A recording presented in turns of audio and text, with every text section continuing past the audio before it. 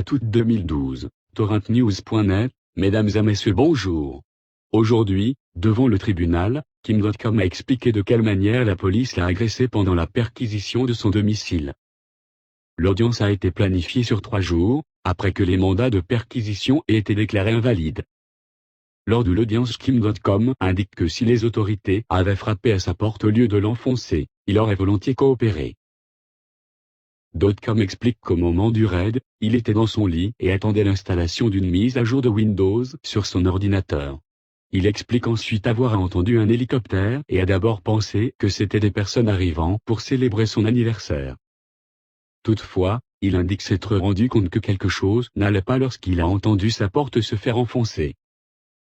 .com indique avoir à ce moment appuyé sur un bouton qui a alerté son équipe de sécurité et envoyé un SMS à tout le monde dans la maison. Il est ensuite parti se réfugier dans une pièce sécurisée appelée la chambre rouge. .com explique n'avoir réalisé qu'il s'agissait de policiers, qu'après que ce dernier ne soit arrivé à proximité de la chambre. Lors de l'interpellation, il indique avoir reçu un coup de poing au visage ainsi que des coups de pied pour le mettre à terre. Lors de l'audience, la cour entendra prochainement des membres du groupe antiterroriste ayant participé à l'assaut. Les images de la vidéosurveillance ont été saisies durant le raid, et font partie des preuves auxquelles .com veut accéder devant la cour.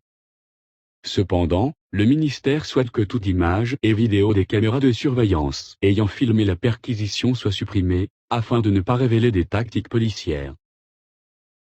Cet article et cette vidéo sous licence Creative Commons sont réalisés sur la traduction d'un article de Stuff.